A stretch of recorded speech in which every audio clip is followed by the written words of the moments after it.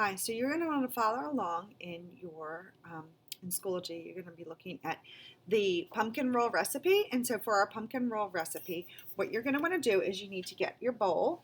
Okay, and so you're going to get a bowl. And in this bowl, I've added a cup of sugar and 3 eggs. So you're going to go ahead and put the cup of regular sugar, not your powdered sugar, and 3 eggs in that bowl. Once you have that in the bowl, you're going to take your hand mixer and you're going to go ahead and mix that until it becomes thick. Okay, and so we're basically just going and mixing it, so that the eggs are completely mixed into that sugar. So it's just going to take a second or two for that all to mix in. And we just want to make sure that there's no egg that's not coated in with that sugar.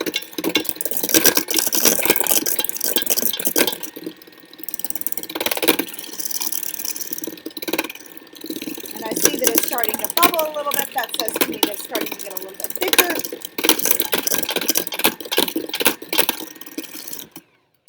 So I'm going to put this aside. Now we need to go ahead and take our pumpkin. So you should have pumpkin in a bowl or in a container. And if you were a virtual student, I measured it out for you. So you're just going to dump all of your pumpkin, which is 2/3 of a cup of pumpkin, right into that bowl. So let me measure out mine. I didn't measure mine, but yours is all measured. So again, you're just dumping your pumpkin, which is 2/3 of a cup, into the bowl that has your egg and your sugar mixture.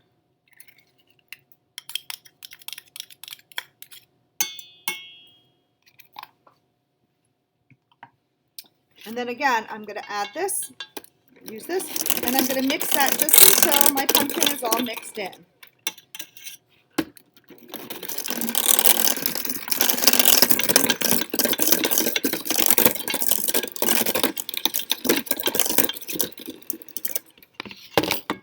Once my pumpkin is mixed in, I'm going to go ahead and I'm going to use a wooden spoon or some type of spatula. So this here is just a rubber scraper or a rubber spatula, and I'm going to go ahead and use that.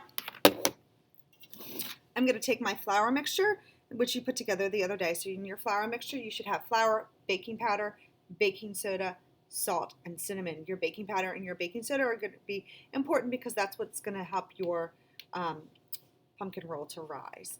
And then our flour is going to give it some structure. Our cinnamon and our salt is going to make it taste good. Okay, so that's just for flavor. So I dumped my dry ingredients into that bowl, and then I'm just going to stir this. And you don't want to stir it too much because once you've added the flour and the flour gets added in with a liquid, you want to make sure that you don't develop the gluten too much in that flour and make it tough. So we're just mixing this until we cannot see the flour anymore. So make sure you scrape the sides of your bowl. So there you go. So it should look like this. Okay, so now that's all mixed in. You're going to need a jelly roll pan. So a jelly roll pan is a pan that looks like this. So it's a cookie sheet that has sides. And for your jelly roll pan, you're going to want to put parchment paper on your jelly roll pan. If you're home and you're a virtual student, I forgot that maybe you would need parchment paper. You can go ahead and spray your pan, and that it should work. Make sure you spray it really well. The parchment paper is nice because it really keeps it from sticking. Okay, so we have that. You're going to take your mixture and you're going to pour that right into your jelly roll pan. And when you pour it into your jelly roll pan, you'll see it's pretty thick, but you'll also notice that it's not going to coat the entire pan, which is fine. I want you to go ahead and use your spatula. And you can use that spatula, and you're just going to kind of spread it. Hold on, there we go. There we go. You're going to just spread this so that it spreads kind of along, so it's almost the entire thing, maybe 3/4 of it. And make sure that it's not too thick at any spot and not too thin in any spot. I like to try and make sure that it's kind of even too, so it's almost like a square, or I guess more like a rectangle. Maybe Miss Anderson needs to go back to preschool and learn her shapes.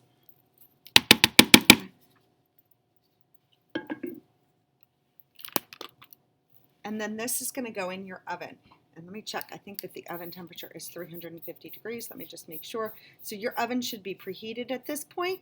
And I should have told you to do that at the very beginning, which I didn't. But I'm telling you now that your oven should be preheated to 350 degrees. So you're going to stick this in your oven, and it's going to cook for about 15 minutes. So I want you to check it at 13 minutes. You can take a toothpick and just see if the toothpick comes out clean, or if you can touch the top of it and make sure it's not too sticky, then you'll know that it's done.